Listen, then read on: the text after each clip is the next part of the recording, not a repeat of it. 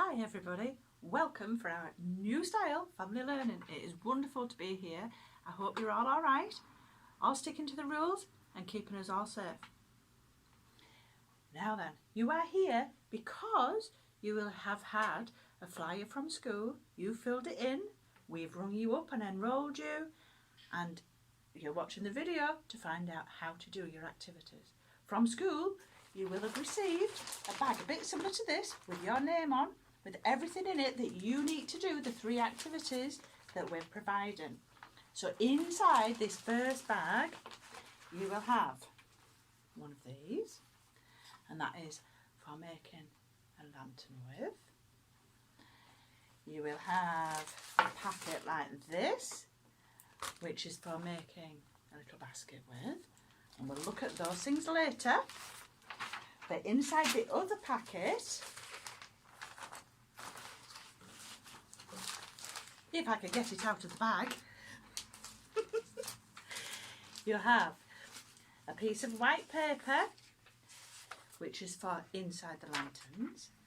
You will have 6 little pieces of acetate for making the lanterns lovely and colourful. And the things that we need right now, we have a little scraper board, that's your bookmark. We have the scraper and a piece of ribbon. Now your ribbon could be any one of these colours, red, orange, yellow, green or blue. We've no idea what you're going to get, you have to wait and see. So what we're actually going to do is make ourselves a little bookmark. Now have you noticed, and if you've read your leaflet, you'll know what we've got for the theme. The rainbow. Now try and keep it in the right position so it doesn't blind you, because that was a bit bright, wasn't it? So what are the colours of the rainbow? Red, orange, yellow, green, blue.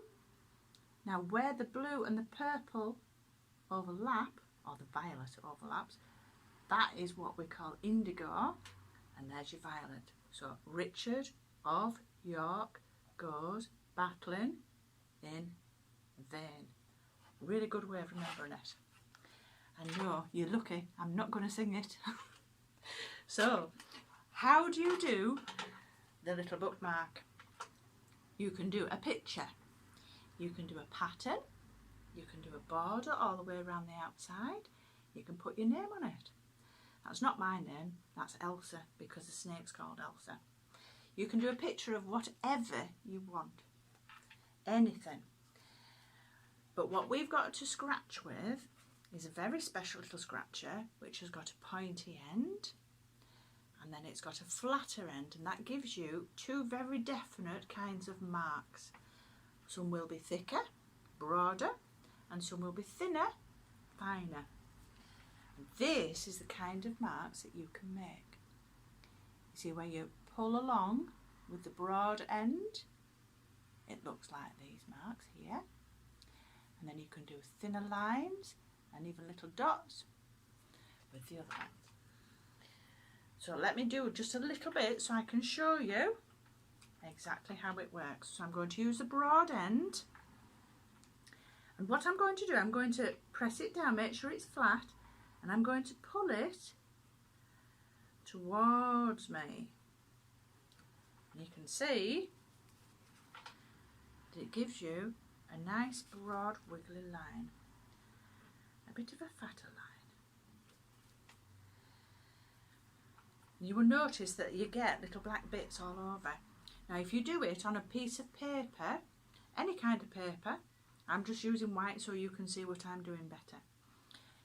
But keep it on the bit of paper, and then you can put that straight away, brush it off into the dustbin.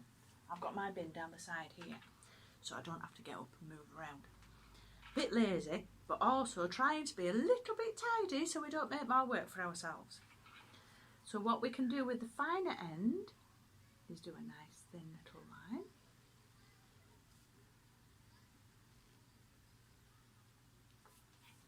You see, each time when I'm doing it, you have to brush all the little bits off.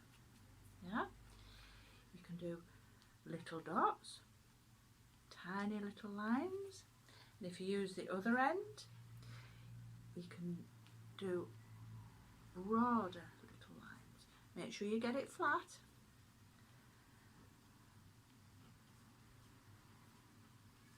Get the lines that you like.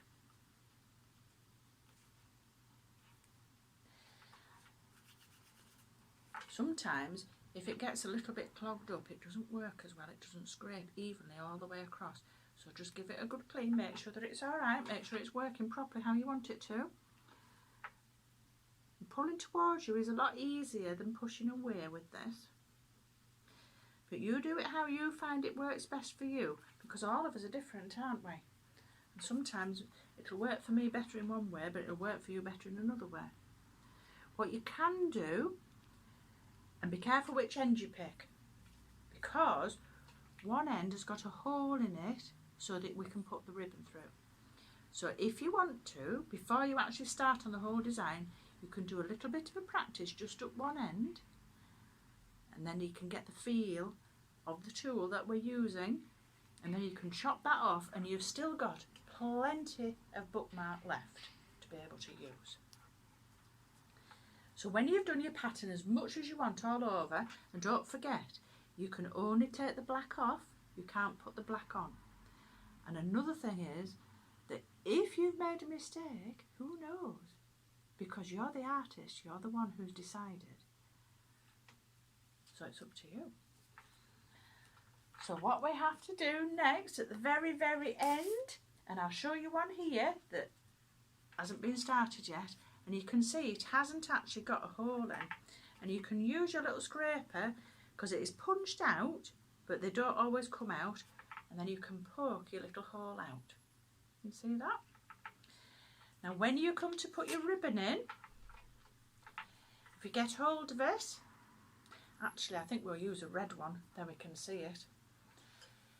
If you get the two ends, pull them together and fold it flat. And if you come from the back, so from the white side, and push it up through, don't have to pull it a long way through. So you've got a little loop. And if you put your two tail ends up through that loop, and then pull them. Not too hard, nice and gently, so it comes and lies nice and flat. Now then, when it comes to putting it in your book, look at this, I've got a book. You could have it so that your bookmark comes out of the bottom.